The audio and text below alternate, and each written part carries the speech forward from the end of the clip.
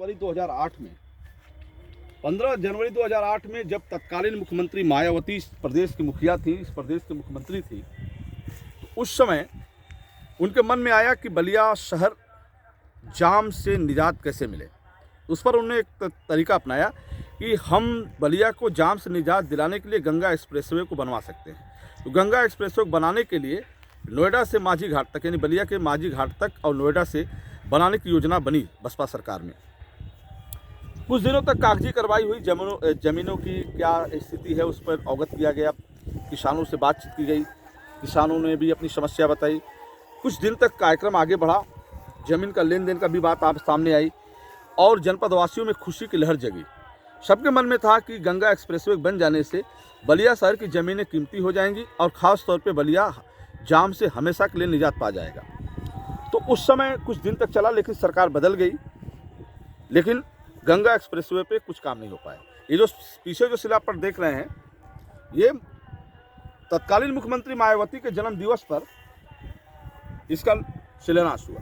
15 जनवरी 2008 की हम बात कर रहे हैं। उसके बाद जब ये शिलापट दिल्ली से, मायावती ने जब दिल्ली से इसका लोकार्पण किया, शिलान्यास किया, तो ये शिलापट वहाँ से यहाँ के लगा।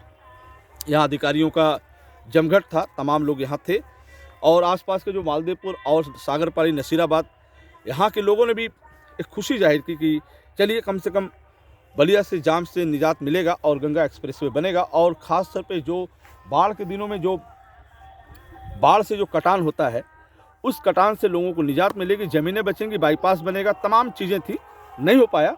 एक मौका फिर मिला अखिलेश यादव को, जब 2012 में वो मुख्यमंत्री थे। जब 2012 में वो मुख्यमंत्री बने और 2017 तक, यानी 5 साल प्रदेश की जनता ने उनको मौका दिया। उस समय उन्होंने सोचा कि इस प्रोजेक्ट पे काम किया जा सकता है, लेकिन किसी कारणवश नहीं हो पाया। उन्होंने उस परियोजना की तरफ ध्यान दिया कि नहीं दिया, लेकिन जब उनकी भी सरकार चली गई तो फिर आया योगी सरकार का।